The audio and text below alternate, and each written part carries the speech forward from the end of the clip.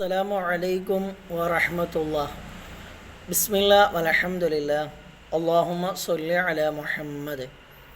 ത്വാഹ റസൂലുള്ളാഹി സ്വല്ലല്ലാഹു അലൈഹി വസല്ലമ തങ്ങൾ പറയുന്നുണ്ട്, പരിശുദ്ധമാക്കപ്പെട്ട ഷഅബാനിലെ പകുതിയുടെ രാത്രിയിൽ, അതായത് ഷഅബാൻ 15-ൻ്റെ രാവിൽ, ബറാഅത്ത് രാവിൽ, അല്ലാഹു സുബ്ഹാനഹു തആല ഒന്നാം ആകാശത്തിലേക്ക് ഇറങ്ങി വരും.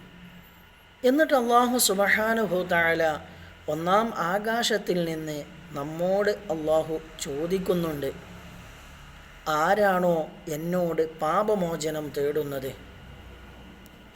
അവർക്ക് ഞാൻ പൊരുത്തപ്പെട്ട് കൊടുക്കുന്നതാണ്.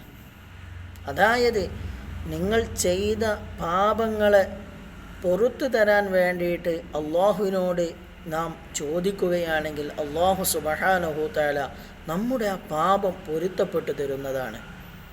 രണ്ടാമത് അല്ലാഹു സുബ്ഹാനഹു തആല പറയുന്നത്, എന്നോട് ആരാണോ റിസ്ഖിനെ ചോദിക്കുന്നത്, ഭക്ഷണത്തിന് ചോദിക്കുന്നത്, വാഹനത്തിന് ചോദിക്കുന്നത്, അതുപോലെ തന്നെ അവൻ്റെ ഉപജീവന മാർഗങ്ങൾ ചോദിക്കുന്നത്, അവർക്ക് നാം അത് നൽകാമെന്ന് അല്ലാഹു സുബ്ഹാനഹു തആല ഒന്നാം ആകാശത്തിൽ നിന്ന് വിളിച്ചുകൊണ്ട് പറയുകയാണ്.